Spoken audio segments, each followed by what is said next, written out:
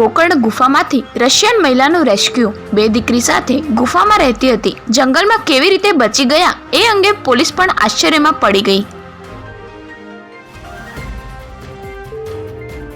અમદાવાદમાં અદૃશ્ય થઈ રહ્યા છે તળાવો, ગેરકાયદે દબાણો અને વિકાસથી 37 જળાશય ગાયબ।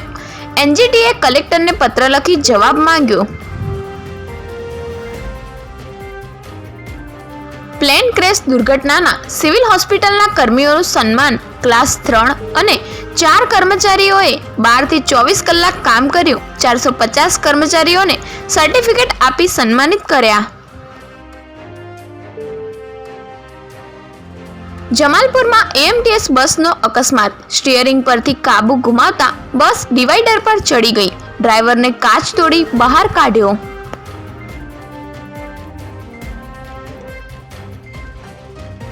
ઉધના પોલીસે વ્યાજખોરોને દબોચ્યો, પૈસા ચૂકવી દીધા બાદ પણ વ્યાજના રૂપિયાની માંગણી કરતો હતો। વડોદરા કરજણમાં મનરેગા કૌભાંડ, ટેન્ડર પ્રક્રિયામાં ગોટાળા, ધનંજય કન્સ્ટ્રક્શનને ગોટાળા કરી ₹2.72 કરોડ ચૂકવી દીધા હતા। તાલુકા પંચાયતના તત્કાલીન અધિકારી સહિત 8 સામે ફરિયાદ।